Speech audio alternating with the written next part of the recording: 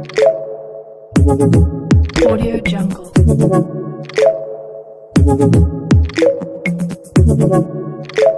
अस्सलाम वालेकुम नाजरीन, अजीम बट मुखातिब हूँ एक दफ़ा फिर आपसे। और आज की वीडियो में थोड़ा सा अपने जॉनरा से हट के बात करूँगा।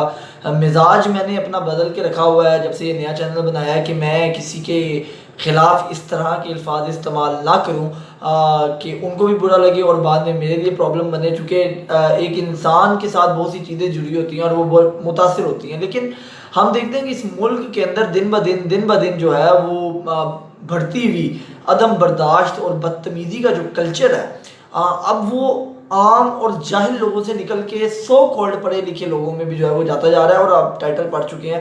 आज इस वीडियो के अंदर मैं बेसिकली सहाफ़ी असद अली तूर के ऊपर जो हमला हुआ पिछले दिनों, उसके बाद जो उसके रद्द-ए-अमल के तौर के ऊपर सोशल मीडिया और दीगर जगहों पर बड़े सो कॉल्ड नामवर लोगों ने बदतमीज़ी की जो है वो हदें पार की हैं, उसके ऊपर गुफ्तगू करेंगे। और कुछ लोगों को आज जो है वो मैं अपने एजेंडा से हट के जो है वो मैं आपको बताऊंगा कि उनके बेसिकली नाम होने के चाहिए। जब वो दूसरों को इन नामों से पुकारते हैं तो फिर उनको किस नाम से जो है वो पुकारा जाना चाहिए। तो आज की वीडियो में हम वो तज़किरा करेंगे और उनके मैं बाकायदा नाम लेके बात करूंगा कि उन्होंने क्या क्या बदतमीज़ियाँ की, और बिल्कुल फैक्ट एंड फिगर से हट के।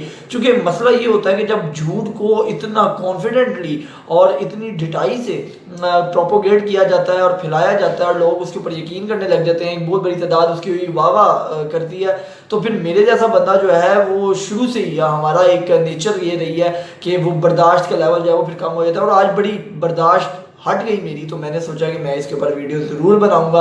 और जो सो कॉल्ड सहाफ़ी, और हालांकि सहाफ़त का मतलब उनको नहीं पता है, और मैं उनका भी तज़किरा करूंगा कि सहाफ़ी कहलाया कौन जाता है, वो भी मैं आपको बताऊंगा। और अब वीडियो को जो है वो बगैर ताहीर के हम शुरू करते हैं। तो सहाफ़ी असद अली तूर के ऊपर जब हमला होता है, उन्होंने जाके पुलिस में ये स्टेटमेंट दी कि जो फ़लाँ लोग आए मुझे मारने के लिए, वो सीसीटीवी फुटेज है सबके सामने है कि फ़लाँ लोग जो आए उन्होंने ये कहा कि जनाब हम एजेंसियों के लोग हैं, हम फ़लाँ के बंदे हैं, फ़लाँ की चीज़ है, तो ये मामला मेरे साथ हुए। असद अली तूर ने बाकायदा तौर पे किसी के ऊपर अपने तौर पे ये इल्ज़ाम नहीं लगाया है कि जनाब मुझे फ़लाँ एजेंसी की कॉल आई, मतलब MI है, IB है, ISI है या FIA है या दीगर एजेंसीज हैं। उसने ये नहीं कहा कि मुझे फ़लाँ एजेंसी ने कॉल करके कहा कि मैं आपको मार करवा रहा हूँ या मैंने आपको मारा है, या उन लोगों ने आके हम ID कार्ड दिखाए कि हम फ़लाँ एजेंसी से। उसने कहा कि भाई फ़लाँ लोग आए, उन्होंने मुझे मारते हुए कहा कि खामोश हो जाओ, हम फ़लाँ फ़लाँ फ़लाँ फ़लाँ फ़लाँ हैं। उसने एक स्टेटमेंट दी, उसके ऊपर रिएक्शन क्या आता है कि यार तुम एजेंसियों के ऊपर लान तान कर रहे हो। भाई एजेंसियों पे लान तान जो हो रही है वो एजेंसियों या हमारे इस मुल्क के अंदर ये तारीख तो एक रही है। हामिद मीर को जिसने गोलियां मारी, उसकी तहकीकाती कमीशन ने क्या किया, आजकल आज तक क्या फाइंडिंग आई? अब सार आलम को मारा गया, उसकी क्या फाइंड? अच्छा, अब वो जो बदतमीज़ किस्म की एक ब्रिगेड तैयार की गई है, और मैं इल्ज़ाम तो नहीं लगाऊंगा कि जनाब वो बनी गाला से पैसे ले रहे हैं, कहाँ से पैसे ले रहे हैं, हम किसी किस्म को कोई इल्ज़ाम नहीं लगाते, लेकिन उनकी तरबियत और किरदार का अंदाज़ा आप इस बात से लगाएं कि एक बंदा जो सहाफ़ी है ही नहीं, वो अपने आप को सहाफ़ी कहलाता है, और ऊपर आने के लिए फेम लेने के लिए उन लोगों को विक्टिमाइज़ करता है जो ऑलरेडी विक्टिम है। तो अब आप अंदाज़ा करें, मैं कुछ लोगों का नाम लेता हूँ। एक शख्स है जो कि सहाफ़ी नहीं है। सहाफ़ी इसलिए नहीं है क्योंकि वो एंकर पर्सन था, न्यूज़ एंकर था, और न्यूज़ एंकर को सहाफ़ी नहीं माना जाता। मैं बतौर चूँकि सहाफ़ती फील्ड से वाबस्ता हूँ तो मैं आपको टेक्निकलिटीज़ की कुछ बता देता हूँ। आप जब DGPR में भी जाते हैं जो कि गवर्नमेंट का इदारा है, तो आपने जब उसका कार्ड अप्लाई करना है तो उधर सहाफ़ी काउंट किया जाता है, रिपोर्टर, कैमरामैन, असाइनमेंट एडिटर, इसके अलावा जो आप जनरली आप इसको कह सकते हैं प्रोग्राम एंकर्स और रिसर्चर, ये बेसिकली माने जाते हैं आपके जो है वो सहाफ़ी।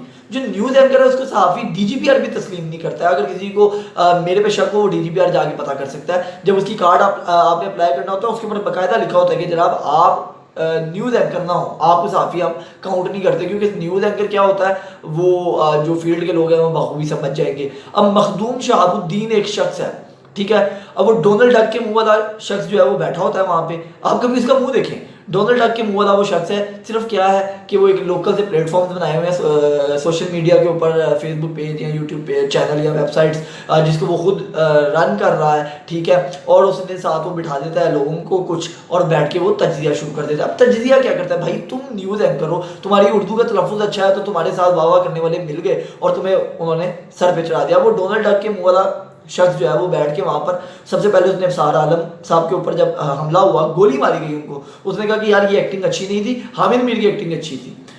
अच्छा, अब उसके साथ साथ जो इस तरह के लोग हैं, ये ब्रिगेड जो है वो सारी तैयार हुई है, कुछ चापलूसी की तरफ चले जाते हैं, कुछ बदतमीजी की तरफ चले जाते हैं। चापलूसी में अगर आप जाएंगे तो आप एंकर कामरान खान से शुरू कर दें, आप चौधरी गुलाम हुसैन से शुरू कर दें, साबिर शाकिर से शुरू कर दें, आप शुरू कर दें अपना अरशद शरीफ से शुरू कर दें, आप इसके अलावा जो है वो दीगर वो लंबी फहरिस्त है वैसे तो।